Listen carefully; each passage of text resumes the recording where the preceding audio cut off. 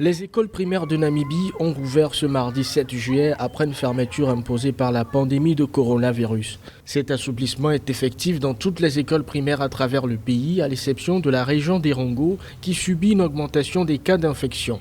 Le ministère de la Santé a fourni des directives d'hygiène strictes, notamment la réduction du nombre d'élèves en classe, afin de limiter la propagation du virus. Le gouvernement a en outre alloué 1,7 million de dollars pour l'achat d'équipements de protection. La Namibie enregistre à ce jour 539 cas de contamination, 25 guérisons et aucun décès.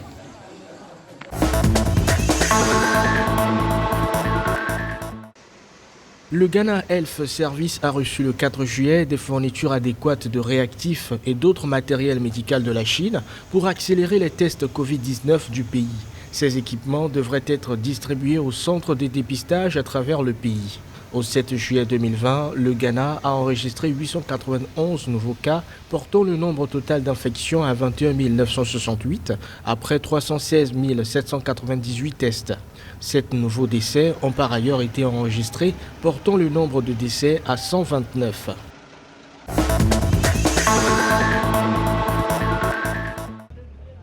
Au Zimbabwe, des personnes présentant des symptômes Covid-19 passeront désormais un minimum de 13 jours dans des centres d'isolement contre 21 jours initialement prévus. Une décision prise le mardi 7 juillet après l'approbation du cabinet sur l'adoption des nouvelles directives de l'Organisation mondiale de la santé. Les personnes asymptomatiques subiront en revanche une période de quarantaine de 10 jours après un test positif au Covid-19. Selon le ministère de la Santé, cette mesure aidera à décongestionner les centres d'isolement. Le Zimbabwe enregistre désormais 734 contaminations au Covid-19, 197 guérisons et 9 décès.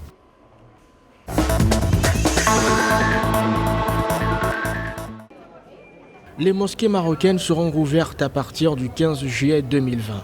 C'est une déclaration faite le mardi 7 juillet par le ministère des Affaires islamiques. Cette mesure comprend 5 prières quotidiennes, alors que la prière collective du vendredi restera suspendue jusqu'à nouvel ordre. Les rassemblements avant et après les prières seront interdits selon les autorités. Pour rappel, les mosquées au Maroc ont été fermées le 16 mars 2020 pour limiter la propagation du coronavirus.